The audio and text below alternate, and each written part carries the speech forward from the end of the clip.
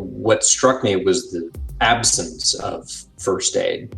The officers may be the only thing between an injured suspect dying and an injured suspect living. The officers went from using force to securing witnesses for the investigation of that use of force without really doing a lot to render aid medically. It didn't appear as though they did much in terms of trying to render aid to him beyond calling and alerting the emergency medical services. In the video, there are about 4 minutes of non-action between the time of the shooting and the first provision of medical assistance. It's a really long time for a critically injured gunshot victim to be laying on the ground without any assistance at all.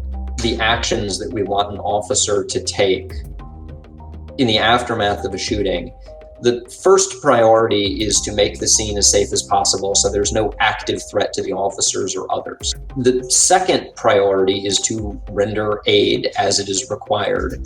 And the third priority, and this is a rather distant priority after the second, is to gather the information that you need to successfully investigate that interaction, that use of force.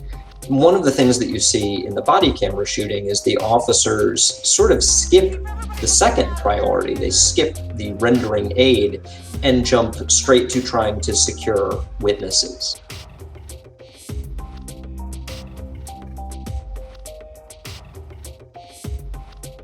There are a couple of caveats to the police rendering assistance. And one caveat is that the police officer has to be trained and certified to render aid.